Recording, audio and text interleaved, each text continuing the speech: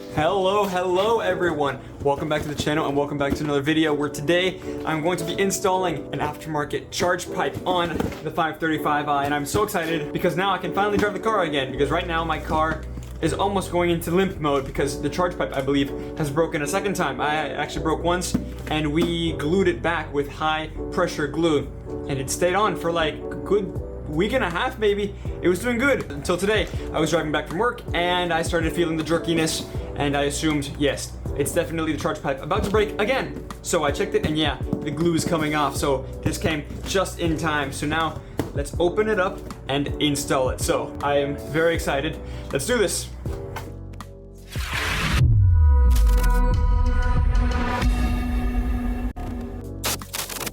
Here is what I have. This is a charge pipe from Amazon. Yes, I bought a charge pipe from Amazon for the 535i. I'm not sure what to expect. No one on YouTube has done this. I haven't seen any reviews for it, but the VRSF one costs more or less around $200, and I did not want to pay that. So I want to try this.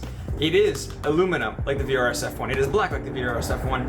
It looks like the VRSF charge pipe, but will it perform and last like the VRSF? I don't know, but I'm gonna take the gamble because the worst comes to worst, it breaks and I go into limp mode. That's all right. It's fine with me. This should be interesting because I have no idea what's gonna happen, how good it is, how awful it is, how in between it is. I don't know.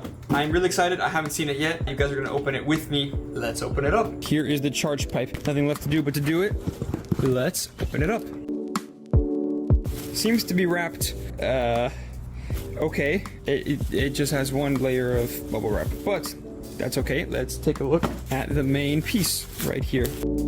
This looks pretty good. Okay, we have smooth edges here, smooth edges on the other side, smooth edges here, smooth edges here. That's good. It brings 2 new screws, but you know what? Everything looks to be good. It's smooth inside there. For what I paid, I believe I paid $50 for this. It looks good. It looks good. It feels good. Let's see what else is in the box. All right, we have 2 more things. We have one, the rubber. Looks good. All right, feels like any other pipe of this sort. In the bag, I assume we have clamps, maybe?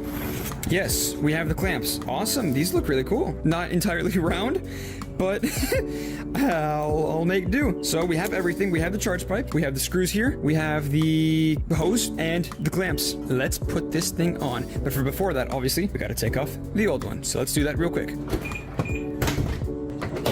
So something that I've just noticed is I just drove the car and it is scalding hot. I could wait or I could do it now with gloves. All right, green. Let's go with green. It's gonna be a little bit hard to show everything in detail since it's hard to keep the camera here all the way inside the engine bay, and I just hit my head on this. That hurt. But I can show you right here, right now. This is the charge pipe right here. This is the T-map sensor, which broke off and is kind of wiggly right now. There's a hole somewhere because I can feel the boost leak. Over here we have some other sensor. I'm gonna be honest, I'm not quite sure what it is, but all we gotta do to remove this is remove the air box, move these cables aside, move this aside, and unplug everything, of course. Unscrew it here with the T30, and it should just pop right out. It should. In theory, it should. Will it? Well, I hope so. I'm gonna try my best. So I gotta look for a an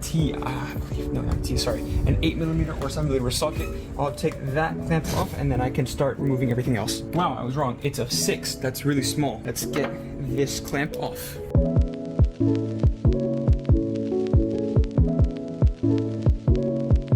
The airbox is out. It is hot and heavy. All right, now to take this out, you just gotta wiggle it around, I believe. Also, if you hear that noise, that's the fan. It is so hot today. Just trying to cool myself off a little bit. I don't think I have to get rid of this because I can access everything I need right here. So I'm not gonna remove this just to not mess with it. Most people would say you do, you should, but I don't think I have to. Everything I need is right here. So here's what I did. I just pulled this off. Let me put it back on to show you. All I did was grab the 2 sides and I ripped it off. There we go. That's easy. Everything else is pretty much out of the way. I can remove this clamp now. I almost forgot. T-map sensor. Let me unscrew the T-map sensor before I do anything else.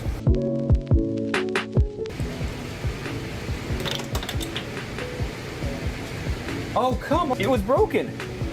It melted off.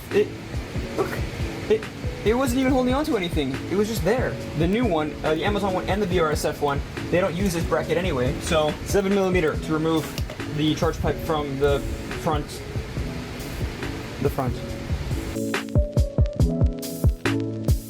It's out. Here is the old one. You can see it broke here. We applied some glue. Doesn't look great. It worked for a while.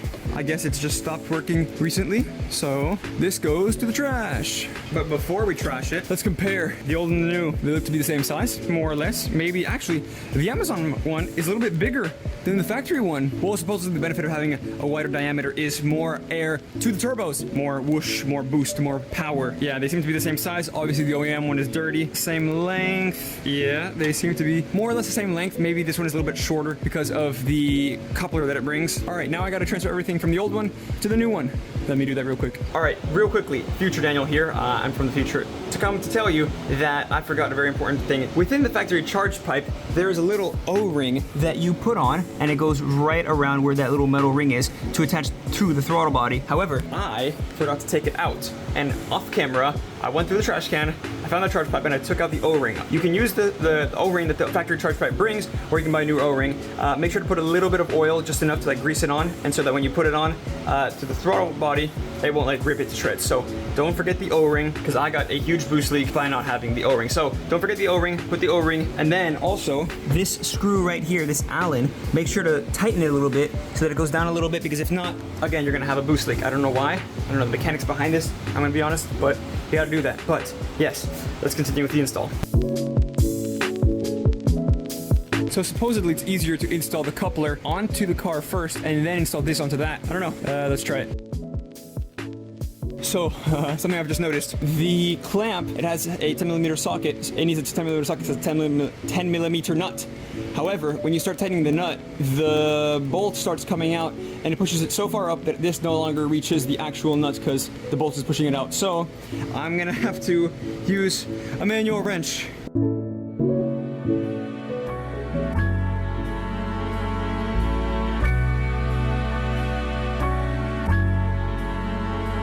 Also, yes, it is sunset, it's dusk right now because this is taking longer than I thought it would. All right, those clamps are tightened. Now we can just plug everything back in. T-map sensor is on. Everything is nice and tightened. It is time to put back this air ram thing.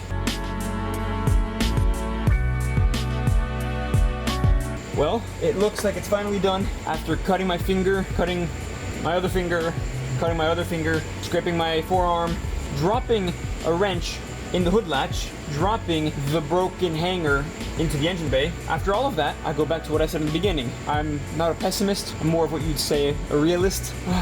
It's never a 5-minute job, but it is done and I'm happy. By the way, here is how I did it. So you can see it is fully in right now. I still haven't used it, but I'm so excited to use it. All I did was I pushed the pipe all the way back here, as far back as it would go, facing the way that it would go in right now, as in like the direction. And then I tried slipping in the little coupler as best as I could while still keeping this close to the throttle body and on it, so that when this finally slipped in, this was already on it, so I could just slide this on, and it would slot into place. It took me a very long time to do it, I have to admit, finding the right way to put the pipe to actually be able to fit in both sides, because the fit is extremely tight. It's really, really tight. And I had to wiggle it about. I tried multiple times, finally figured it out. If you just put in with the way it's gonna go, push it to the back toward the back of the car, wiggle in the front coupler, and then wiggle it back on to the throttle body, it'll go in. But yeah, that would be it for now, guys. Maybe if you were using this as a tutorial, it helped. Maybe you were just watching me and laughing at me suffer. Either way, guys, thank you so much for watching, and I will catch you all in the next one. Take care.